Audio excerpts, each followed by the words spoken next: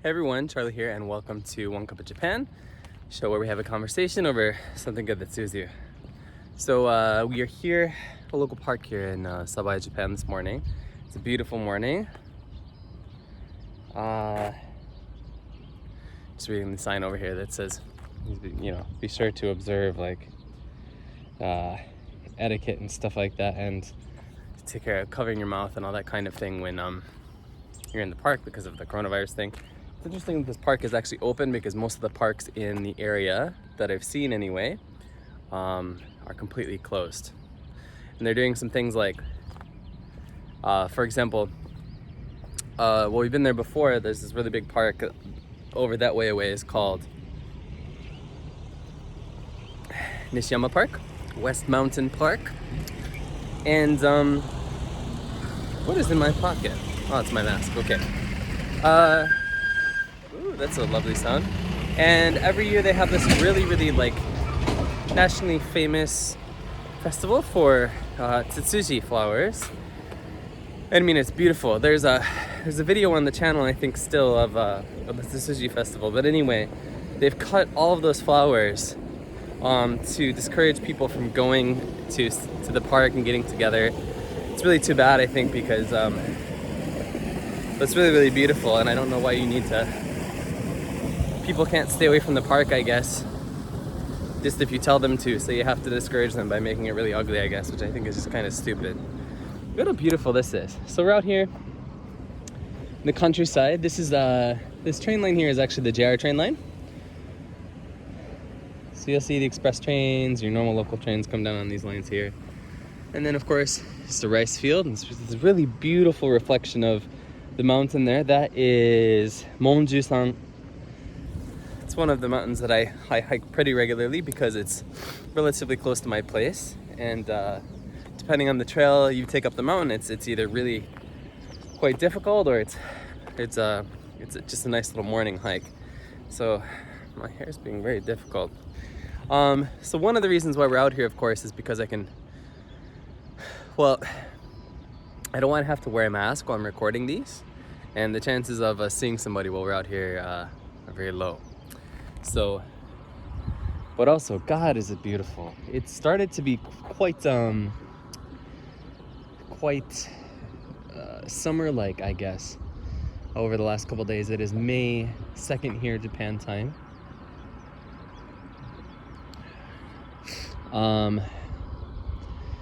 Recently I've been recording Cuppas inside, and I know it's not really the best way to do them for me or for you. So actually this is going to come after the couple that'll go up next week, but I don't want to have too many Cuppas of us where we're just in the room back to back. So anyway, so I have some things to talk about this morning, of course, because there's one thing I am good at, it's talking at length, I suppose. I want to turn away from the sun so I'm not squinting into the camera the whole time. So I got an email from one of you fine people who donate your time and watch my videos. And the video, the email was something to the effect of like, all right, I'm planning to come to Japan next year. I want to take you guys over there because there's like a very Inaka thing happening. But I'm actually pointing you over there for now as I'm squinting because God, is it beautiful. It's so incredibly beautiful. Come out here tomorrow and take some pictures, I think. The email. The email was I'm coming to Japan next year.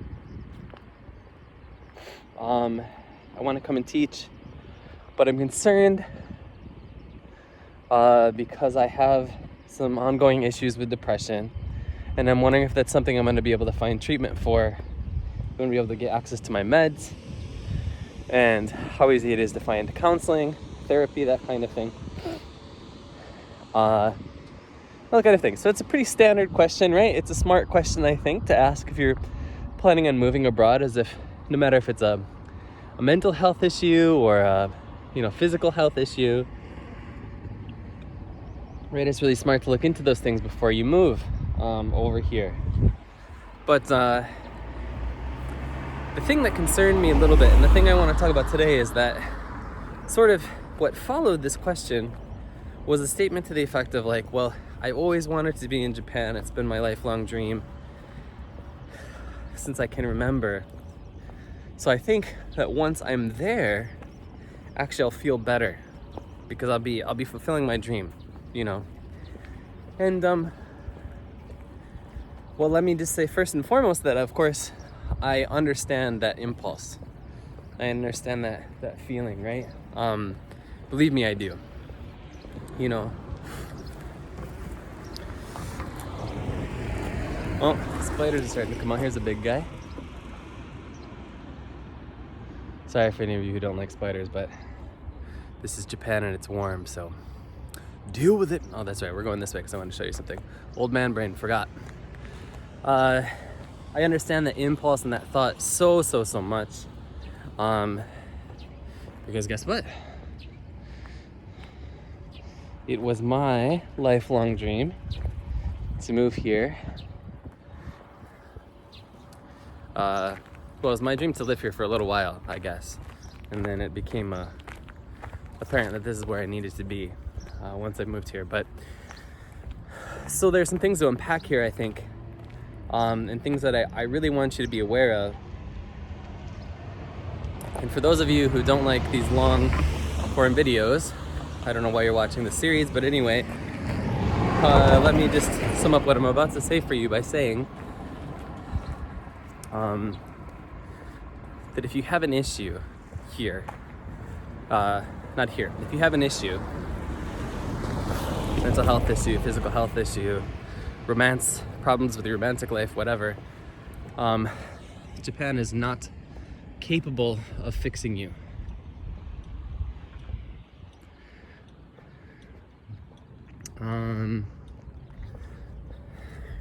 It's just not.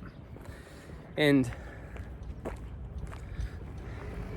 what I want to say is that undoubtedly you're going to feel great immediately upon once you move here.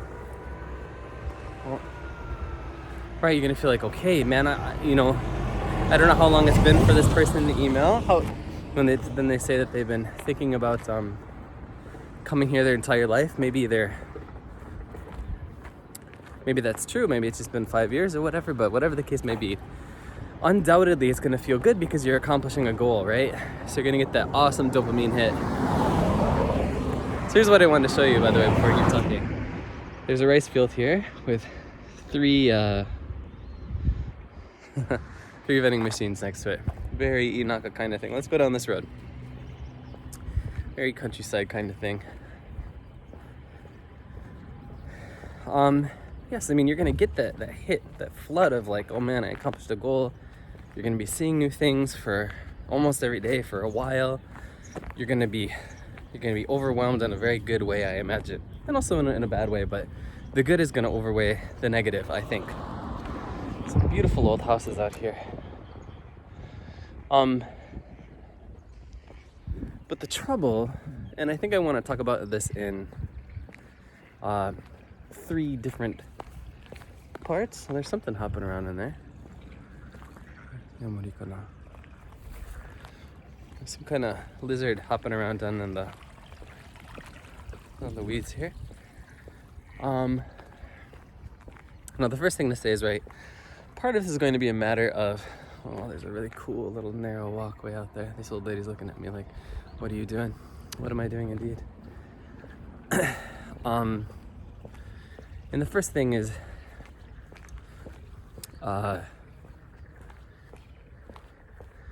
thinking about your expectations, right?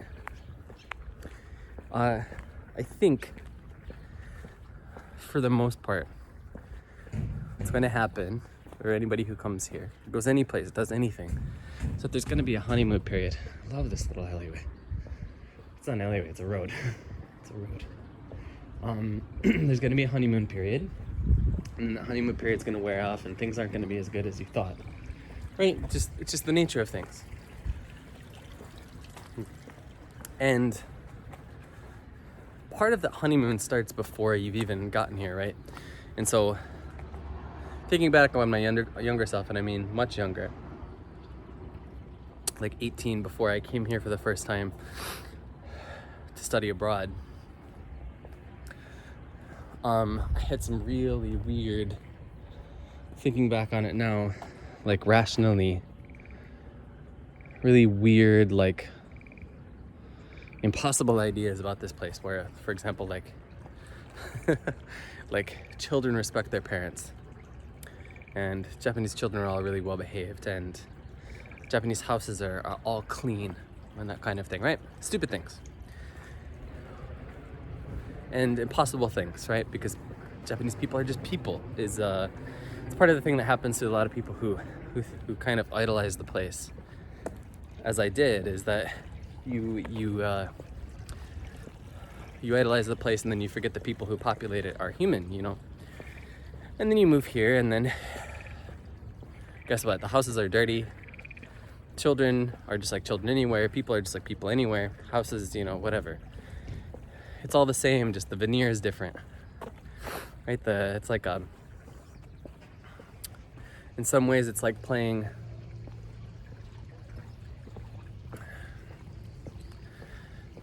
I don't know. Struggle to think of an example here, but it's like going from one version of Call of Duty to the next, I guess. I don't even play Call of Duty, so I don't know why we're going there, but we are. It's like going from one version of Call of Duty to the next in that it looks different. Maybe it's prettier in some ways. Maybe it's smoother for you in some ways. But ultimately, underneath, it's just the same damn thing, you know? And so that's one thing. And so that's one thing I think that will clashes with this idea of being here is going to just the fact that you're going to be here is going to serve as some kind of panacea to your trouble, right? Although I understand the impulse to want to think that it's romantic and it's nice, you know? It's really, really nice. And I get it. But then if we move on to the second part of this, right, like there's the health issues to consider. And of course the first of the health issues, right, is just like simple like physical ailments, right? Like for example, if you get migraines, or even if you just experience, like for example, since I broke my face a couple years ago, I have some nerve damage over here, and sometimes I have some strange pain, particularly when the weather gets cold. Like this whole, like basically the line where I broke my face, like just pulsates with pain. And unless, well, even if basically I go to the hospital and I'm like, look, this makes it difficult for me to focus because it's so painful and it's hard to do my job, that kind of thing, right? Getting access to, for example, like painkillers that will put a stop to that pain is quite difficult, you know? Here's a cute little park over here. This is a one-way road. Oh, there's a train. Looks like an express train. Let's pause and appreciate the moment, eh? I don't know if you guys can see, but straight ahead there, above where that train is just hitting now, there's a patch of pink. Those are those tsutsuji flowers we were talking about earlier. I guess they haven't cut all of them then. Here's a bathroom shaped like a trunk of a tree, as you do. A barren little park, isn't it? But let's have a seat. Let's have a seat here for a second. You know, and it's just little things like that, right? And if you have more serious conditions, particularly anxiety disorders that require things like Xanax or you know, basically any things that start to get into like the family of like narcotics or possibly addictive substances. This is not a blanket statement, by the way, but many people will find it difficult to find something that matches the prescriptions that they had back in the States or wherever they're coming from, right? So that's one thing to consider. Now I should point out that I don't have much experience in that arena because I've never been on like any sort of antidepressants or anything like that, or like super strong, like for example, oh god, why can't I think of the word? For example, like oxycodone, right? Where I remember being put on like oxy when I had like my wisdom teeth out, and that was just a fucked up experience. But so for example, like if you're on something like that for pain, it's gonna be really difficult. Here, using marijuana for pain, for example, medical marijuana is not a thing right now, as far as I understand it. So that's something to consider. Now, something I can talk about with much more first-hand experience, something we've talked about on the channel before, is that care for depression here is lacking. Any kind of mood or anxiety disorder, generally speaking, depressive disorders, that kind of thing, it's very, very much behind the times. And there are people in my life who clearly have depression, or clearly have some kind of anxiety disorder, and generally they go to the doctor, and the doctor's like, oh, you're just stressed, you're fine, right? Which sometimes of course is the case, right? Because stress makes you do, or makes your body do crazy things, as we've learned. But there is still very much a like, okay, we'll just push through, right? 가만して, 미타이나, right? Sort of like push through it, right? Deal with it, persevere, kind of thing. And it's not just, of course, you'll hear this at work, or maybe you wouldn't even hear it. It's just part of the culture. So like if you get sick, you still go to work, which is part of what's going on with the Corona thing now, which breaks my mind. Right? And so you'll just sort of like feel it subconsciously, and then you'll go to like a doctor to try and get some help, and it's just sort of like, oh, I'm sorry you're having trouble, but ganbare kind of thing, Now as for like the therapy thing, like the therapy is findable. Therapy. My childhood started coming back, rear its ugly head. It's not like you can't find therapy, particularly if you live in Tokyo, Kanazawa even, like, bigger cities. There are like the therapy services, particularly for people who speak English.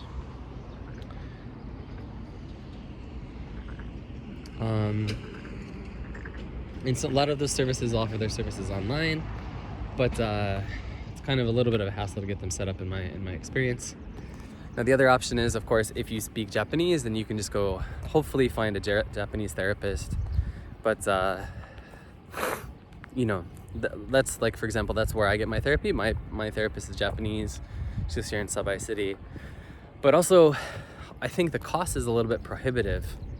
I guess that's the same as in the States, right? Like for me, I think for an hour session, I pay about 1,000,000 yen, about like $90, 85, $90 for an hour. And I go once a month or so. So yeah, it's just like, there are ways undoubtedly in which your life will be better after you've come here, but I don't know if that's necessarily it's getting hot. Flannel was a poor choice. I feel like I've said that like 16 times on this channel throughout its life. But I don't know if that being better is necessarily a function of Japan, as much as it may just be incidental, So, like, I mean, I will say unequivocally that my life is better, mostly better, since I moved here. Of course, not having regular access to my family is not an improvement. Certainly not an improvement. But that's also a choice I've made, But, for example, like my social life, I guess my social life is about the same as it was.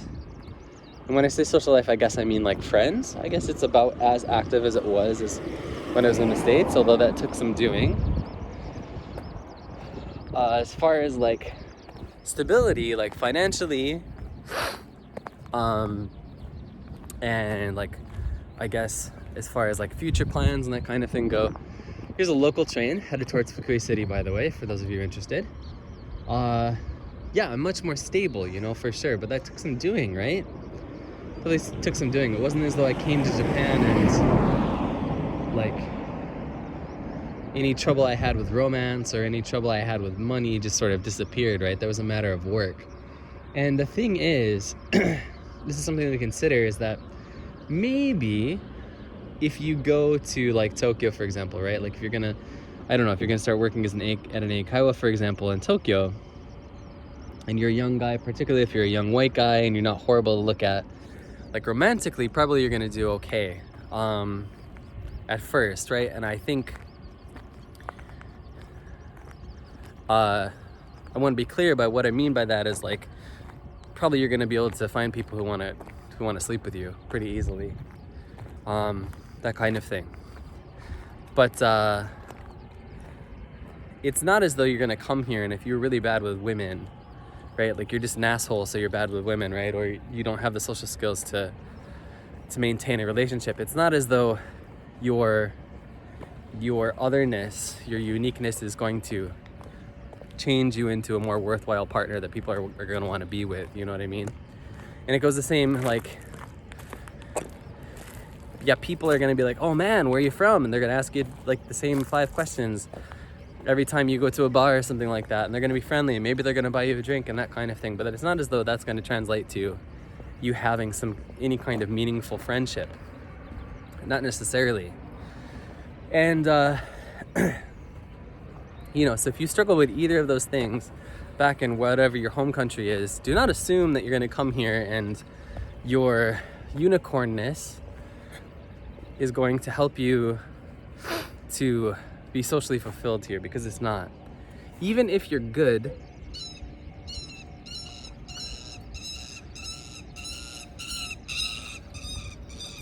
seagull battle. Interestingly, the sea is not, it's 20 miles that way. Anyhow, but even if you're good at making friends, right? Like I'm good at making friends and I'm okay with the ladies, you know? But put some money in the douchebag jar when I get home. But even if you're good at those things, you're gonna find it maybe difficult for you here, you know? And so while I had this statement at the beginning of the video, which was like,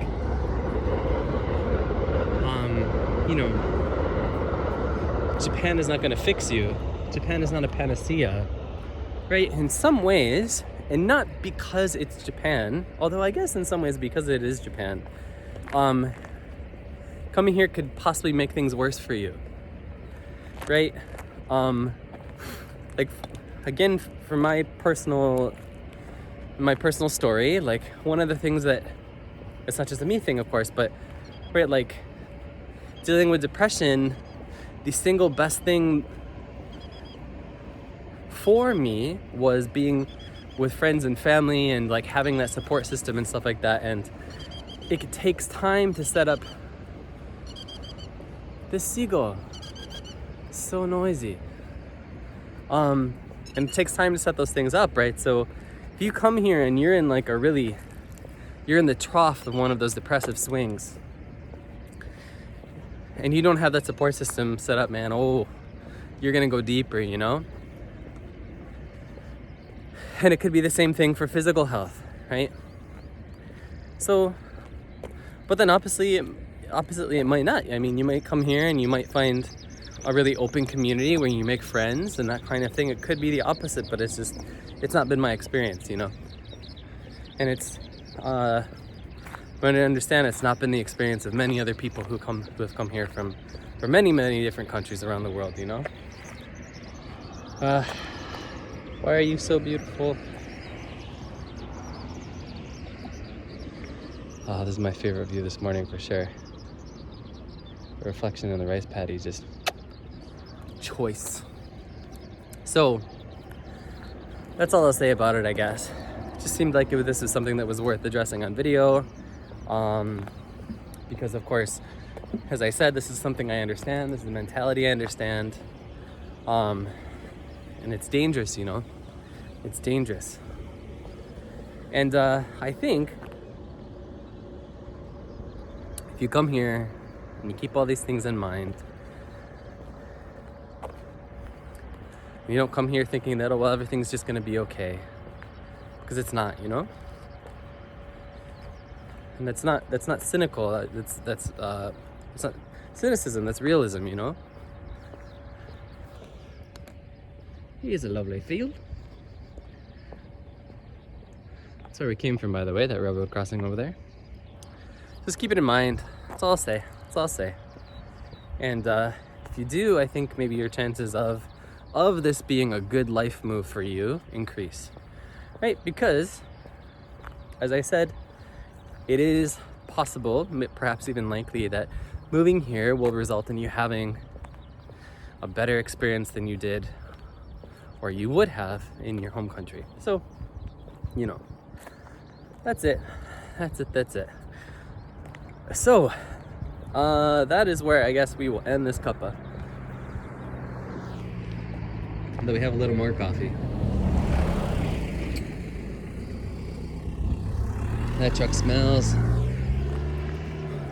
real bad. This is going to be one of the last episodes of One Cup of Japan for this season. I think this is episode 10, or yeah, I think this will be episode 10, which means there are 2 episodes left, and then we're going to be on a month break for this channel, not for the channel, for the series. And my hope is, it's a big hope, but when we come back in July,